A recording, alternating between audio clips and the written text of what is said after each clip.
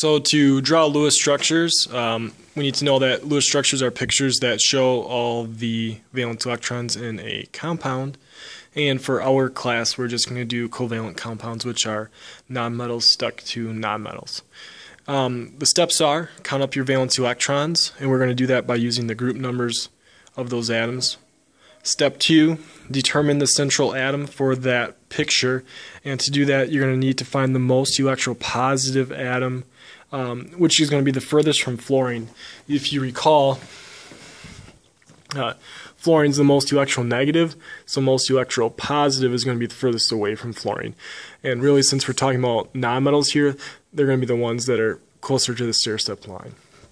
Another way to determine the central atom is to figure out which is the atom that you only have one copy of in the formula. Lastly would be to put carbon in the middle. So not a hard and fast rule always, but if you only have one copy, often that's going to be in the middle. And if you have carbon, that's also often going to be in the middle. Never put hydrogen in the middle. So looking over at this formula, NF3, nitrogen's in group 5. There's only one copy. And then fluorine's in group 7, but there's 3 copies. 7 times 3 gives us 21 plus 5 equals a total of 26 valence electrons. So that was step 1, count your valence electrons. Step 2, look at your central atom. Well, nitrogen is not fluorine. Fluorine's the one that we don't want because that's the most electronegative. We want electropositive. So nitrogen's going to be in the middle, and then fluorine's going to surround it. So that's our central atom. Additionally, nitrogen, there's only one copy, so again, there's a second reason why nitrogen is going to be central. Rule 3, or step 3, attach the remaining atoms using a shared or bonded pair of electrons, which is going to be either a vertical line or a horizontal line, depending on which side of the central atom we're drawing, and that's equal to 1 pair of electrons, a shared pair or bonded pair. So we're going to take our 3 remaining fluorines, attach them to the central atom nitrogen.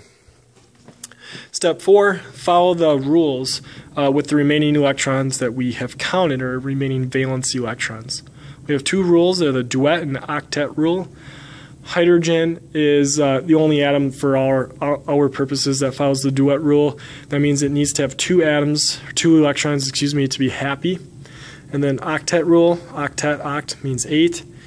And that means all other atoms that we have in our pictures are going to need 8 to be happy. However, row 3 and beyond row 3 can break that. So looking back at our picture, we have 2, 4, 6, because each line is worth 2. These are shared pairs or bonded pairs of electrons. We've used 6 of our 26 valence electrons, which means we have 20 left. When we're working on step 4 here of the problem, making the duet and octet rule happen, we need to start at our peripheral atoms. So here's 2, here's 4, here's 6 more around fluorine, so 2, 4, 6, 8 total around fluorine. That is the octet rule. At this point we've used 2, 4, 6, 8, 10, 12 of our 26 valence electrons, which means we have a few left. So 12, here's 14, 16, 18, with 8 around the fluorine. I think that was 18, there were 20, 22, 24. There's an octet around this fluorine. And we only have 2 left, which is good because right now nitrogen has 2, 4, 6. We need 2 more to make 8. It's always good to double check your work, count all of your electrons, 2, 4, 6, 8, 10, 12, 14, 16, 18, 20, 22, 24, 26, and then 8, 8, 8, 8. All the atoms have 8 electrons.